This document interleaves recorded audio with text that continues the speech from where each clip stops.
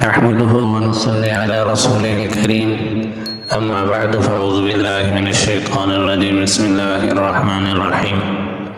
رسول پاک صلی اللہ علیہ وسلم نے ارشاد فرمایا، اللہ کو خوش کرنے کے لیے جو ایک دن کا روزہ رکھتا ہے اللہ تعالیٰ اس کو جہنم سے 100 سال کی مسافت تک دور کر دیتے ہیں۔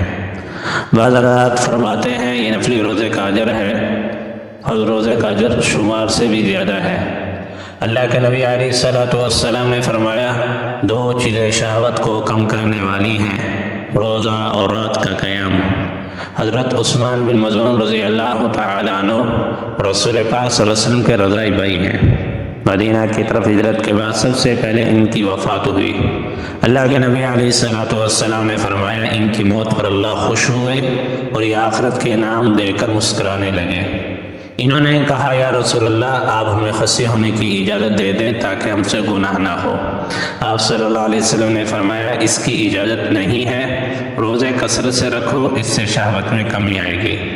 ایک اور روایت میں رسول پاک صلی اللہ علیہ وسلم نے فرمایا، روزہ شہوت کو کاٹ دیتا ہے، گوشت سے زائد فاضل اور گندگی والے مادے کو نکال دیتا ہے، جسم کو صحت کی طرف لاتا ہے اور جہنم کی آگ سے دور کر دیتا ہے۔ تو میرے محترم بھائیو دوستو بزرگو، شہوت کو اعتدال میں لانے کے لیے اللہ تعالیٰ نے ہمیں یہ مبارک مہینہ دیا ہے۔ سحری کے وقت نماز پڑھنا بھی نفس کو روکنے والا عمل ہے۔ قرآن میں ہے، ان ناشئۃ اللیل ہی اشد وطئا واقوم قیلا، اس وقت جو زبان سے بات نکلتی ہے وہ سیدھا دل پر اثر کرتی ہے۔ تہجد کی 2 رکعت نماز دنیا و ما فیہا سے بہتر ہے۔